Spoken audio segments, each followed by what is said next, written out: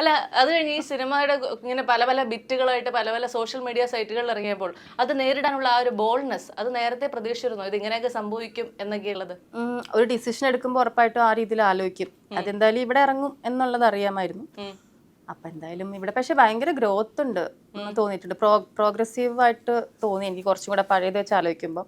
ഇപ്പൊ ഒരു 20% ഒക്കെ ആയിട്ട് എനിക്ക് തോന്നുള്ളൂ ഈ സോഷ്യൽ മീഡിയയിലും അവിടെ ഇവിടെ ഒക്കെ. അല്ലാണ്ട് എനിക്ക് ഒരുപാട് നല്ല റെസ്പോൺസ് കിട്ടിയിട്ടുണ്ട്. ഈ തമർ എന്ന് പറയുന്ന സംവിധായകനെ കുറിച്ച് ഞാനിങ്ങനെ അന്വേഷിച്ച് കഴിഞ്ഞപ്പോഴത്തേക്കും ആസിഫ് അലി ചിത്രം, അതിനുശേഷം നിവിൻ പോളി ചിത്രങ്ങളുടെ ഗംഭീരമായ നടന്മാരെ വെച്ചുള്ള ചിത്രങ്ങൾ കൈക്കുമ്പിളിലാക്കി കൊണ്ട് നടക്കുന്ന ഒരു സംവിധായകനാണെന്നാണ് അറിയാൻ സാധിച്ചത്.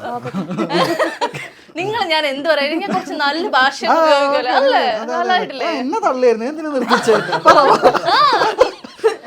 ഇതിന് മാത്രം അങ്ങനെ വരും എന്താണെന്നറിയില്ല. ഡീസന്റ് ആയിരുന്നു അതല്ലേ?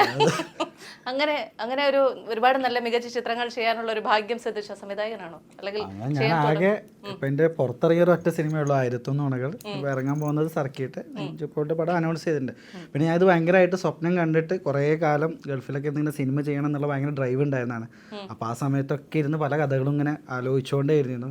എൻ്റെ കൂട്ടുകാരോടൊക്കെ അവർക്കൊക്കെ ഇങ്ങനെ കാണുന്ന ദേഷ്യം എന്ന് കണ്ടാലും ഓരോ പുതിയ കഥ പറയാനുണ്ടാവുന്നു. അപ്പോൾ അതൊക്കെ ഇങ്ങനെ സ്റ്റോക്കാക്കി അപ്പോൾ ഒരു സമയം കിട്ടുമ്പോൾ പോയി പറയുന്നു, അവർക്കത് ഇഷ്ടാവുന്നതുകൊണ്ട് നടക്കുന്നു എന്നൊക്കെ ഉള്ളൊരു വിശ്വാസവും പ്രതീക്ഷയിലൊക്കെ ഇങ്ങനെ ജീവിക്കും.